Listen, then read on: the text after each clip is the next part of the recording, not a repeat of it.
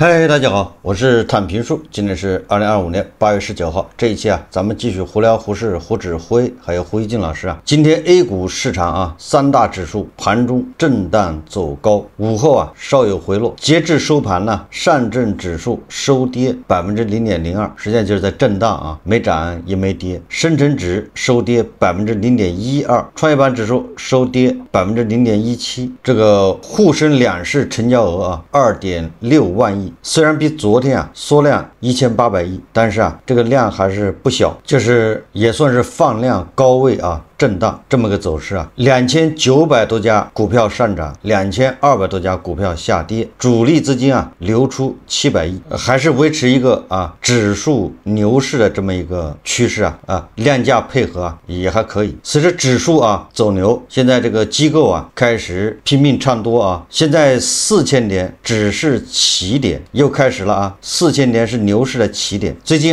所有的媒体都在渲染叫存款搬家，说7万亿存款资金蓄势待发买 A 股。有人算过有的机构算了，有7万亿的存款要进入胡适。这个中金的研报指出说截至2025年7月，居民存款规模160万亿元，而 A 股自由流通市值43万亿，居民存款规模为 A 股自由流通市值规模的4倍。值得注意的是，说存款向股市搬家的幅度和持续性取决于宏观经济预期、货币政策、地缘政治、产业经济景气度等多重因素，不仅仅由流动性决定。但我们可以通过以下几个视角测算存款向股市搬家的潜力和影响。这是中金研报提出的，它的算法也很多第一个是超额储蓄视角，那是根据这个历史经验认为这个超额储蓄大概有5-6万亿要进入房地产市场、股票市场和涌入消费。第二个什么存款到期视角，3年期定期存款到期规模7万亿，说这部分存款主要是2022年下半年股市资金回流和理财回表产生，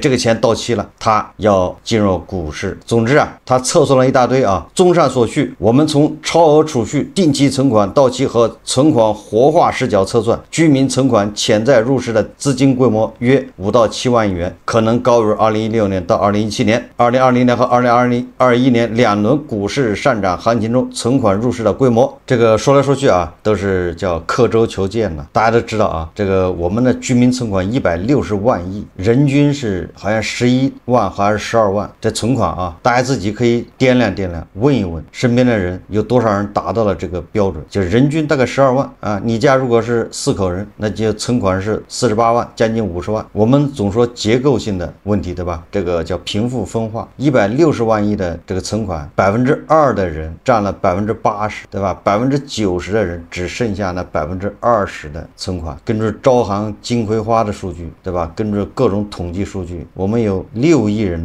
收入还在就是可支配收入在月均1000左右也就是说那160万亿的钱是真的，但它不属于韭菜换种说法就这些钱有很多本身就是这个那2%的人从股市对吧？他套现出来的，他减持出来的，他割韭菜割出来的，完了之后存到银行去了。怎么着？你是还想让这些人再回身去股市里面再去，他好不容易出来了，对吧？他套现出来的，你让他进去给散户站岗是吗？对吧？现在这个媒体中介他都是在忽悠那90%的人占有了那20%的那点存款，也就是一共只有30万亿存款，这些都是韭菜的养老钱，韭菜用来看病的钱，他要忽悠这些人把这个钱拿出来去为那些有钱人去接盘，不就这意思吗？不过今年上半年这个我看这个财政部公布的数字那是股民就是金融消费者又立功了。1到7月全国税收入是11万亿，同比下降0.3%，税收都下降了0.3%。虽然上半年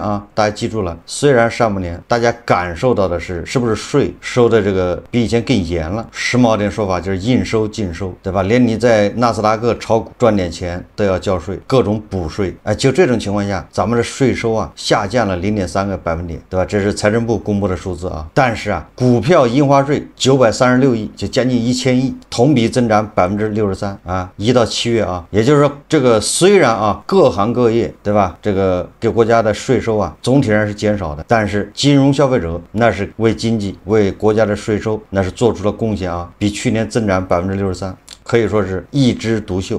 犹如咱们的沪市啊，指数进入这个牛市啊，至少现在看确实是牛市啊。这个新加坡联合早报啊，今天刊登一篇文章，叫沪指创10年新高，分析师警示长牛基础不足。他这么说的啊，他说经历近3年的低迷后，中国股市星期一就8月18号啊，迎来了历史性时刻，沪指创10年新高 ，A 股市值历史上首次突破100万亿元大关。受访分析师指出啊，目前中国投资者信心充足，短期行情有望延续，但经济基本面尚不足以支撑股市长期高位，长牛基础仍未形成。这个叫湘颂资本执行董事沈萌接受联合早报采访时评估，从盘面来看，目前市场蕴含明显的上行动能。从交易额来看，投资者信心十足，参与热情高涨，也就是短期啊，它还要往上走。而且这个你看成交额连续5天啊，还是6天吧，都是在2万亿以上，就是说做多热情啊，也是很显然的。这个沈萌指出，与上周涨指数不涨个股相比，星期一股市实现普涨，显示市场风险偏好已从最初对指数的防御型偏好转向更为积极的投机心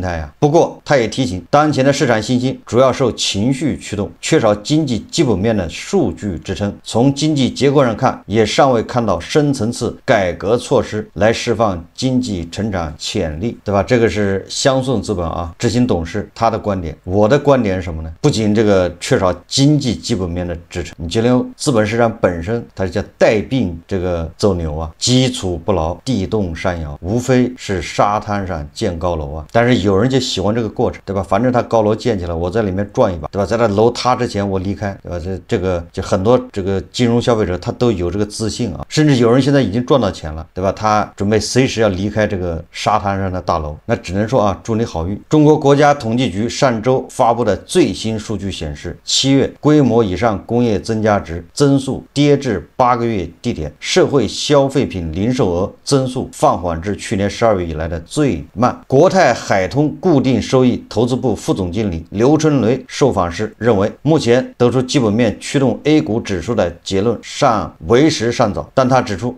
中国经济企稳向好态势已经定局，一些制约经济增长的制度性障碍正在被清除。不过这些分析师啊，他们都认为短期啊这个行情还有可能要延续。根据这个沪市以往啊这个所谓的牛市的经验啊，有这么几个，一个是牛短熊长，对吧？牛市非常短暂，熊市很长。第二个呢，牛市一个特征啊，就是你无论走到哪儿，家庭聚会，对吧？这个菜市场就买菜，甚至你在公园里面遛弯，还有这个电梯里面，甚至啊理发店，对吧？你走到哪儿，大家都在谈论股票。我不知道大家有没有经历过牛市的啊？回忆一下。就目前来看啊，现在还没有形成这种气氛。就是你现在到理发店去理发，托尼老师，对吧？还有什么翠花，他给你洗头的时候，他也不问你有没有买股票。如果是牛市的话啊，那托尼老师啊给你剪发的时候，一定会问你有没有炒股啊，你的股票有没有涨停。牛市的时候啊，托尼老师一个涨停就够托尼老师剪1个月的头。所以这个理发呀，托尼老师也是三心二意的，心不在焉呢，对吧？现在这个托尼老师还没有把注意力啊转移到股市上面。简单点说啊，就是等到托尼老师啊关心股市的时候，差不多就到顶了，目的也达到了啊，就是把那个30万亿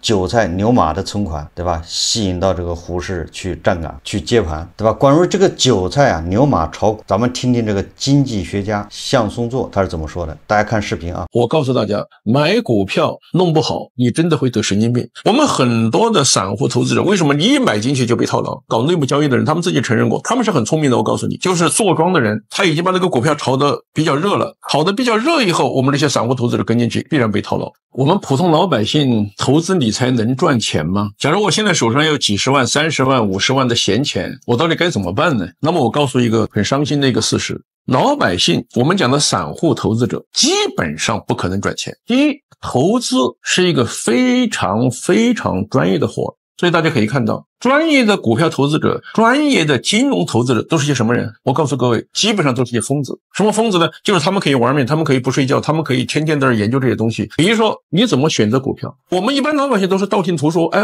香松做说哪只股票好，我赶紧买了。你听我香松做说这只股票好，那我也可能是听另外一个人说的，以讹传讹。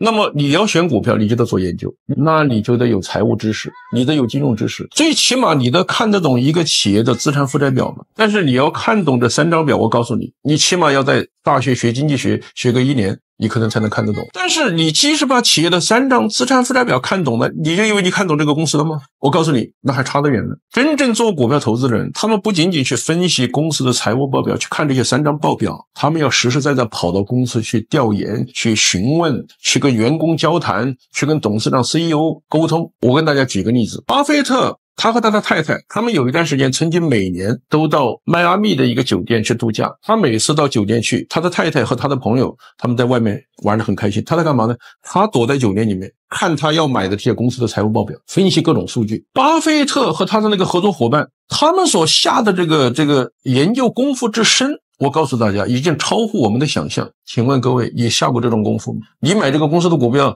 我估计你连这个公司的董事长是谁你都搞不清楚。所以我讲的第一点，为什么散户赚不到钱？因为投资是一个专业的活儿，你要做非常周密、非常细致、非常全面、非常系统的研究。第二个是什么呢？为什么散户很难赚到钱？投资很多时候是一个信息的拼搏，做这些东西怎么能够赚钱？就是你的信息掌握的程度，你能不能抢占先机？如果你能够抢占先机，你就能够赚钱。那天哪，那你怎么能抢占先机呢？我们普通的老百姓、普通的散户投资者，多数你都有自己的工作，你没有这个内幕消息。不仅你没有内幕消息，甚至发布的公开信息你都没有时间去研究。你说你怎么能够抢占先机？很多我们的朋友买股票，这个股票已经涨得差不多了，已经涨得很热门了，啪追进去，你一旦追进去，啪他就马上抛售，这就是猜人的心理。当然最核心的是你要能够抢占先机。什么样的人能抢占先机？那当然是这些职业投资者，他们天天在这个市场混，他们天天在那个市场上摸爬滚打，他们天天在揣摩这个人的投资心理，所以他知道到了什么点他该抛售，到了什么点他觉得散户要进来了。你普通投资者有什么招呢？所以正是在这个意义上来讲，我建议普通投资者你不要去炒股票。我认为就是你一定要尊重3原则。第一，在安全性、在收益性、在流动性里面，你一定要把安全性放在第一位，因为你就那么一点钱，你要安全性第一。第二个原则是什么？普通老百姓，你千万不要砸锅卖铁投资。你不要看很多人去投资，说你也去砸锅卖铁，我把房子卖了去买个股票，我把房子卖了去赌一个期货，千万不要干这种事儿。有些人做投资，你看他做得很好，因为他把基本生活安排好了，他再去投资的。第3个原则是什么？千万不要偏离你的主业，因为买股票很费神的。我们每个人其实你要把你自己的主要工作做好，比如说我相当做就是做学问教书的，那我的任务就是要把学问做好，就是我们的本分。你一边在教书一边去炒股票，我跟你说那就麻烦大了。所以散户为什么不要去做股票？因为股票太费神、太费精神、太费时间、太费精力。那么对于职业投资者不是这样，因为他就以此为职业，我们不以此为职业，所以我们要选择稳健、理性、安全的投资方式。虽然你的投资回报可能没有那么高，但是你是非常安全的，你不需要天天操心，那何乐而不为呢？这就是我作为一个经济学者，我跟我们一般的这个工薪阶层的朋友，我跟大家提的很诚恳的建议。其实我自己都这么做的你们不要以为我是研究经济的，我天天在这投机炒期货炒股票，我也没这么做。我年轻的时候做过，但是我后来我要做学问，我要写书写文章，我就不做这个事情。所以我想对绝大多数99%的人，我们应该选择稳健理性安全的这个理财方式，而不是去选择去搏傻、去投机、去渴望一夜暴富。最后你可能的结果是没有一夜暴富，你变成了血本无归。但是我选择一个理性的生活方式，选择一个理性的稳健的，你不仅你的投资还会有回报，而且你的整个的生活你会觉得是很舒心安心的，你的心情也非常的平静。普通人呢不要炒至少目前是这样。我们说话我们得出这样的结论是要有一个特定的背景，是一个大环境。我们不能说这股票就不能炒，不是这个意思，对吧？作为投资它是个渠道，但是在目前这个特定环境，对吧？在目前这个资本市场这种体系下，这炒股就是赌博。股市不怕你赚钱，就怕你赚了钱不玩了。只要你不离开，都不要紧。但是10个赌徒有9个半他是不能离开的，离不开。所以这个经济学家，对吧？呼吁建议建议啊，普通人远离股市，对吧？这也是我的观点啊。至少现在咱们远观不值得参与。有人啊，他总有一种那个心理不健全。什么叫心理不健全呢？就感觉这个股市涨了，他没有赚到钱，他就亏了，跟那个俄罗斯人的心态差不多啊。这不赚钱就是赔钱，对吧？如果要这样的心态，那你这日子你还怎么过得下去啊？对吧？你找根绳子把自己结束了不就完了吗？活着都是累赘啊！你想想啊，那个比特币涨了多少倍啊？对吧？10几年前啊，刚这个网上有人讨论比特币的时候，大家都猜那个中本村呐，中本村到底是谁的时候，那时候比特币好像我记得才几美元呢，1美元还是2美元，多少人在讨论呢？现在是12万美元，还是13万美元？那你不错过更大吗？你要这么想的话，你活着还有什么意思？2000年的时候，北京3环的房子才3000一平米，你咋不买个10套8套的呢？那时候按揭贷款利息是7折，就这种心态啊不健全。咱们不说过去了，说过去啊，对吧？也有点那个什么新增者偏差的意思。咱们就说现在，对吧？你要觉得未来这个股市啊能涨到4000点，那现在还有300点，你赶紧加杠杆上啊，对吧？把房子押出去啊，因为这个300点是确定能赚的嘛，对吧？你是有信心的嘛？4000点是底呀，对吧？很多专家说要1万点，那你这个时候加杠杆上来得及啊，对吧？把房子挂到这个那个中介那儿去，把爹妈挂到百合网，加杠杆上啊。实际上啊，目前大部分韭菜实际上是不信这一套宣传，是无动于衷的，对吧？现在跳得高的就是已经在胡市里面被套的这些人，说的不好听是在自救，对吧？也有个别的人赚钱了，他想赚的更多，在这配合演出啊，对吧？老乡快来，再不来晚了，对吧？再不来赶不上这一趟车了，不就这意思吗？他越宣传越说明这一轮啊，想忽悠散户进去比较难，因为散户确实没钱，好不容易攒点钱啊，不会轻易的去往那个胡市放，就是割了好几轮了，大家好歹啊有一定的免疫力，再加上赚钱确实难，对吧？大家的未来不看好，所以说这个钱你的存款就显得更加宝贵，那么它就更难让你从这个银行储蓄变成投资，不像前2轮啊，2015年还在前面2007年那个牛市相对容易一点，因为大家觉得未来赚钱容易，大家毕竟还没有失业嘛，大家的房子还在涨价嘛，对吧？胡市赔了，房市赚了一样。那现在呢，对吧？现在楼市在下跌，如果胡市再跌，你就是双重打击，戴维斯双杀，所以这个散户啊，韭菜显得更加小心翼翼，所以更不容易上当。当然了，不代表说永远不上当啊，就是如果这个气氛呢继续下去，对吧？然后媒体再摇旗呐喊，那慢慢的啊，总有这个牛马韭菜他忍不住啊，要存款搬家。我们再看看这胡锡进老师啊，胡锡进老师显然啊，他现在已经赚钱了，对吧？他有一段时间呢，坚决不谈胡适。以我推测啊，就是他坚决不谈胡适的时候啊，他一个字都不提啊，显然是有这个伤心的往事啊，就是胡适伤害了他，他是尽量让自己就是远离这个胡适的喧嚣啊，就是咱们俗话说的就装植物人，一边是指数不停的涨，然后他的账户啊在缩水，他被深套，对吧？他买的那些基金不涨，完了之后自己操作的那股票啊，短线操作的可能频繁被割啊，所以他闭口不谈胡适。但是最近胡锡进老师啊已经开口了，经常会谈到胡适，而且有一种那种就是你看他的文字啊，字里行间啊，有那么一种叫两岸猿声啼不住啊，轻舟已过万重山啊，也就是老胡解套了，老胡赚钱了，老胡离巴菲特又近了，老胡开始瞧不起巴菲特了啊，就这么一个过程啊。老胡笑巴菲特格局低，老胡笑巴菲特太保守啊，这是每个散户啊都要经历的过程。你看胡锡进老师今天啊，应该是昨天晚上啊，他写了一个微博啊评论，他说沪指今天创近10年新高，后市如何？老胡不敢妄测。他嘴上说不敢妄测啊，他后面对吧给出了一个非常详细的预测。他说我想说的是，这么困难的股市都能涨起来，信心重聚，中国经济还有哪个领域是值得我们彻底悲观的呢？确实啊，在胡锡进的观念里面啊，这个经济操控很容易啊。你看这个相关部门把数据改一改，然后这个指数对吧拉一拉拖一拖，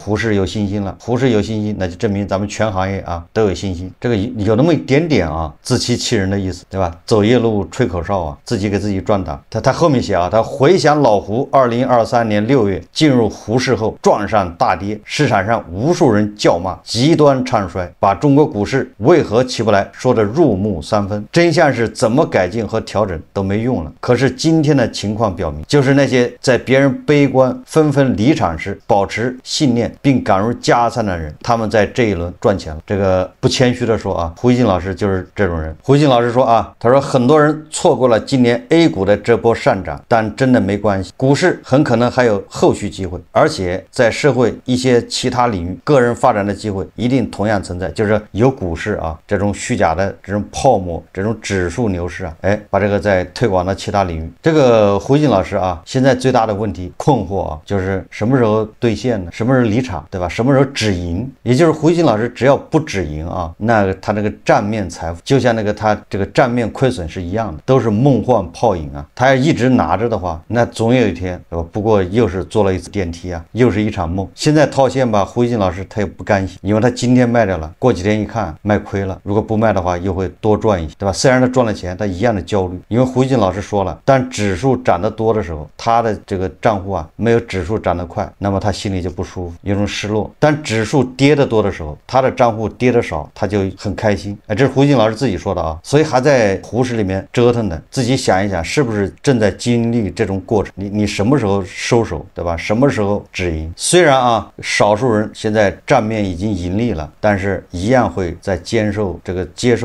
煎熬啊，依然会患得患失。好，这期节目啊，咱们就聊到这里，感谢大家收看。如果喜欢我的节目，欢迎订阅、转发，也可以在下方留言评论，谢谢大家。